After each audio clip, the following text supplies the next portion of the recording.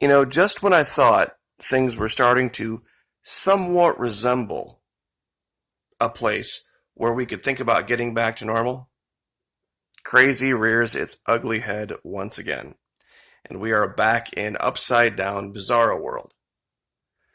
There's a story out right now about something going on in India that you are just not going to believe when you hear it.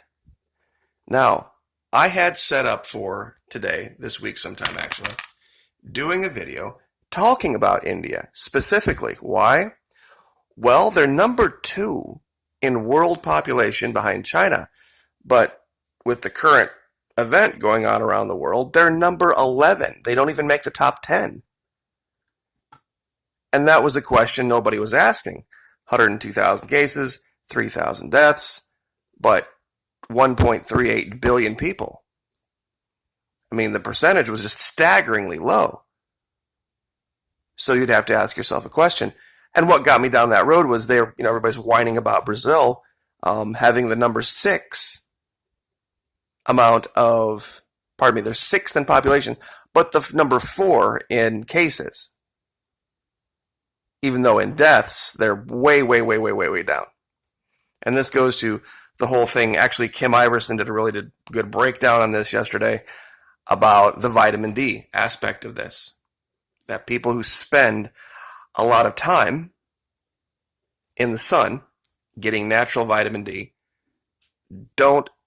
it's not that they're less likely to get it, they're less likely to die of it or have it become serious. But what this speaks to is culture.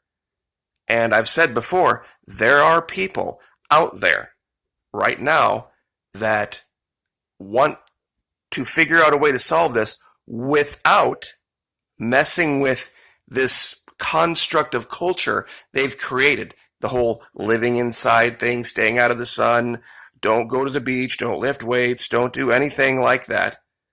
Don't be classically what we would call American. There's even stories out there now, and you can look it up, that say, how can I get vitamin D without getting into the sunshine? And one of the pictures that they use, I wish I would have brought it up, is a woman sitting inside in front of a window where the sun is shining. And they're telling people, how can I really get the benefits of vitamin D without literally having to walk over to the front door and walk outside and let the sun hit my face? Literally, that's what they're saying. But what's actually going on in India that's a bigger deal? There is a Category 5 super typhoon headed for Calcutta. A Category 5 super typhoon. Second largest storm. No, actually, I think it is the largest storm ever to hit the Bay of Bengal. I mean, we're talking absolutely end of the world scenario here. One of the largest cities in India is right in the path of one of the biggest storms ever to exist literally on the planet, and the biggest one for this region. But that by itself isn't the crazy part. You ready for the crazy part? Okay, so here's the reporting on this. This is why I want to literally stop the planet and get off and start over somewhere else. Wait till you hear what they have to say here. A powerful cyclone that formed in the Bay of Bengal is headed directly for the India-Bangladesh border, bringing with it the potential for major destruction and upheaval in 2 countries that are still battling the COVID-19 pandemic, whatever. Cyclone Amphan has strengthened to the equivalent of a strong Category 4, I believe it's Category 5 now, or a super typhoon in the West Pacific, packing winds of 150 miles an hour, 240 kph. Though forecasters expect the storm will weaken before making landfall. Now, you ready for this? Even if the storm hits after weakening, it could cause significant damage. Amphan is forecast to make landfall near poor, densely populated areas with notoriously unreliable infrastructure. If it lands in the low-lying delta, there is also the potential for major storm surges, perhaps even as high as 30 feet 9 meters. Natural disasters are tragically common in this part of the world, but this could be the first powerful storm ever to hit India and Bangladesh, quote, amid a global health emergency. It gets even better than this. You're not going to believe what they're going to say here. You're literally not going to believe it. They give the stats on Bangladesh and India and their COVID-19, this, that, and the other. Both countries, though, have not yet slowed their rate of new infections. So you know what that means? Indian authorities said Monday the country identified more than 5,000 new cases in the previous 24 hours. Highest number of cases in a single day. Juggling two disasters will be hard, especially when the measures for saving lives during a storm, such as setting up densely packed evacuation centers, are difficult to do while following social distancing measures. So you're saying this. You're saying that you're going to still try to practice social distancing in these shelters, meaning that if people show up trying to outrun a Category 5 storm behind them, you're going to shut the door and go, sorry. Yeah, sorry. We have to keep everybody in here at least 6 feet apart. No, I'm sorry. No, 4 feet apart isn't good enough where we could get a few thousand more in. No, sorry. You're just going to have to stand out there and take your chances with the Category 5 Typhoon and everything that it's blowing. Cars, sheet metal, glass. It's okay, I guess, if you die of that, it's a tragedy. But we're going to make sure that no one in here gets the sniffles. This is literally what they're reporting.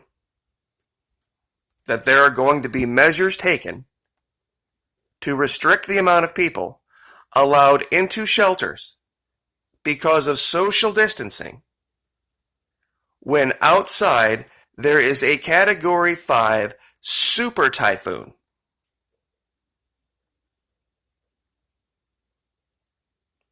This goes right along the whole line with the idea of sending armed police officers to drag people out of the water in New York. Because we'd rather use deadly force to keep you from dying. Because you defied the government. I kid you not. This is what's being reported. If you ever wondered why all of those lights in the sky that fly over, why those people never land and say hi, this is why. This is why. They're a bunch of backward idiots that have no concept of priorities. No concept. And this is proof of it. And trust me, this is a war on culture. This is a war on culture. They don't want to solve the problem. They want to solve the problem their way. Because if a solution pops up that says, wow, go to the beach, get some sunshine. Nope, sorry, can't accept that. Can't accept that because that promotes a culture we don't like, a culture we don't agree with. So we need to keep digging. How can we get vitamin D on a sunny day without actually having to go out in the sun? There are articles out there that show this. It's frightening the level of mental illness that is prevalent now, not just in New York and DC, but now around the world. I'm sure there are places where people are looking at this just horrified like we are. But not enough of them, apparently. At least not those who live in cyber world. Because the amount of voices are deafeningly quiet. Willing to stand up and say, these people are crazy. They're nuts. That's why I played the clip of Kimberly Wood yesterday. There was somebody that actually had the guts, the bravery, to pick up a phone, speak for 45 seconds about the level of crazy in their town, and then upload it to YouTube. It's not hard. We need more people doing that. Here's my town. Here are the crazy people in charge. This is what's going on. And this is no minor hurricane. This thing is huge. I'm going to predict this right now. If this is the case, you're going to see hundreds of thousands dead and millions displaced. This could be big enough to actually knock COVID off the headlines because of where this is going, how big it is, and what they're trying to do. And you mark my words, they're not going to count the people that were washed away. They're not going to count the people that were clearly victims of the hurricane. No, we're going to have to wait to do autopsies on all of those people to see how many of them were actually contaminated with COVID-19 so that we can properly adjust the numbers. That's gonna happen. Absolute, complete, and total insanity has now taken over the entire planet. There's nothing mysterious about this at all. This is just people who have spent way too much time locked up inside, and it has twisted their brain in a way that, you have to ask yourself a question sometimes. Who's the bigger fool, the fool or the fool who follows him? Or the fool who argues with him? You can't even talk to these people anymore. You can't have a rational discussion with them anymore. You just have to go about your life and feel bad for them, just like you do the people locked up in the mental wards. Because that's who's literally running the media right now. People who should be locked up in mental wards. So, anyway, like, share, subscribe.